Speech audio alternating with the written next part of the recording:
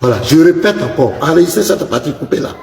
Je dis, il n'y a pas un prédicateur musulman de la Dawa qui peut venir devant moi avec le Coran, les sources musulmanes et me prouver devant nous les chrétiens que le Dieu qui parle dans le Coran est le véritable Dieu.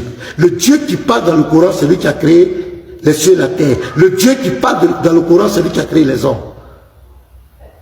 Le Dieu qui parle dans le Coran, c'est lui qui a envoyé tous les prophètes. Le Dieu qui parle dans le Coran est le Dieu de Jésus-Christ. Le Dieu qui parle dans le Coran est le Dieu des apôtres de Jésus-Christ. Ce musulman, il n'est pas encore né. C'est le défi qui est lancé. Je vais répondre à toutes vos questions. Écoutez bien ce que le Coran dit. Prouvez devant nous les chrétiens que le Dieu qui parle dans le Coran est le véritable Dieu. Sourate 20, verset 14. Je vous avais déjà donné la fois dernière, hein? Mais nul n'est sourd que celui qui ne veut entendre ou comprendre. La répétition est pédagogique. Ba'da'uzu billahi minash shaitanir rajim.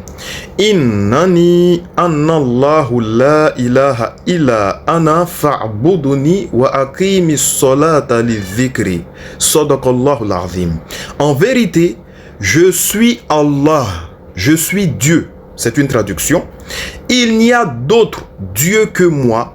Adore-moi donc et accomplis la prière en souvenir de moi. C'est Allah qui déclare ici et Jésus n'a jamais dit cela de lui-même dans la Bible. Bien au contraire, dans la Bible, Jésus il a dit: écoute Israël, le Seigneur notre Dieu, il est l'unique Seigneur et tu aimeras le Seigneur ton Dieu, etc., etc. Allah déclare ici qu'il est Dieu. Je suis Dieu et il n'y a d'autre Dieu que moi. On répond toujours à vos questions. Le Dieu qui parle dans le Coran, c'est lui qui a créé les cieux et la terre. Est-ce que le Dieu qui parle dans le Coran est celui-là même qui a créé la terre? Sourate 6, verset 1. Ba'da'uzu billahi minash shaitanir rajim. Bismillahir rahmanir rahim. Alhamdulillahi alladhi khalaqa as-samawati wal ard. Subhanallah. Louange à Dieu qui a créé les cieux et la terre et qui a établi les ténèbres et la lumière. Et pourtant les infidèles continuent à attribuer des égaux à leur Seigneur. On continue. Le Dieu qui parle dans le Coran, c'est lui qui a créé les hommes. Sourate 51, verset 56. Wa ma khalaqtul jinn wal insa illa liya'budun. Sadaqallahu l'azim. Je n'ai créé les djinns et les hommes que pour m'adorer. Allah subhanahu wa ta'ala déclare qu'il nous a créés pour l'adorer lui. On continue.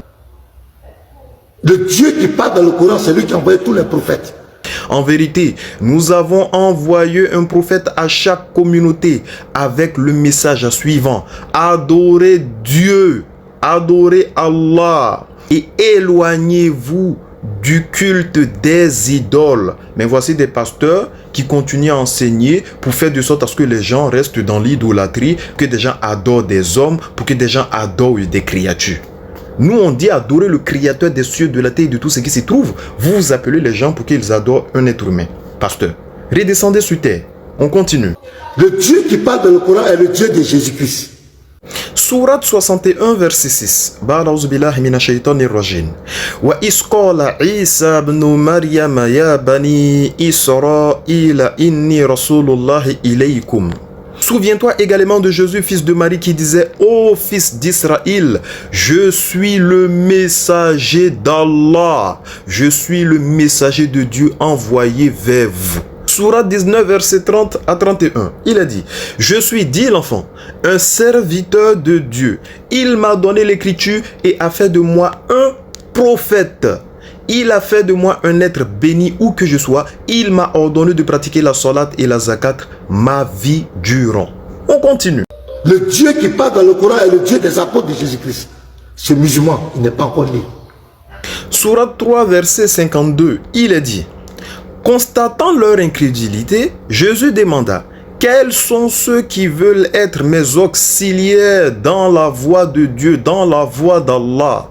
Et les apôtres de lui répondre, c'est nous qui sommes les auxiliaires de Allah subhanahu wa ta'ala, car nous avons foi en lui. Sois donc témoin que nous lui sommes totalement soumis, en d'autres termes, musulmans.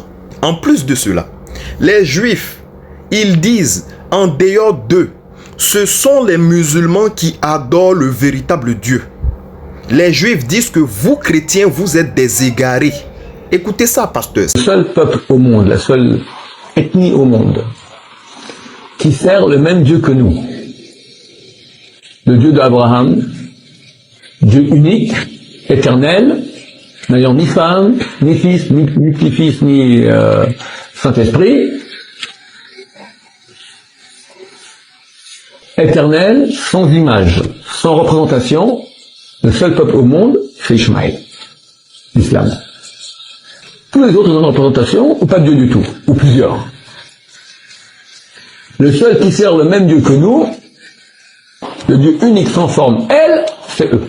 Au niveau de la mosquée, il n'y a pas de problème. Pourquoi les musulmans ne contredisent pas le principe d'unité d'Akadosh Baruch Hu? Au niveau de l'aïmouna, de la croyance, ils respectent l'unité d'Hachem comme nous. D'après eux, il y a Hachem et il n'y a rien d'autre. Ils ne vont pas associer. D'ailleurs, vous voyez dans la mosquée, il n'y a pas de statue, il n'y a pas d'idole, il n'y a rien. Il y a vraiment Akadosh Baruch Hu. Oui, vous m'entendez là? Oui, je vous écoute. Voilà. Est-ce qu'on peut déjà se rentrer dans une église? Est-ce que c'est possible déjà ça? Est-ce que c'est possible de rentrer à l'église? Vous êtes juive, madame? Oui, bien sûr. Il est strictement interdit de rentrer dans une église. Strictement interdit. Et pourtant, c'est dit que c'est de la superstition. Qui a dit que c'était de la superstition? Tout le monde le dit. Qui a...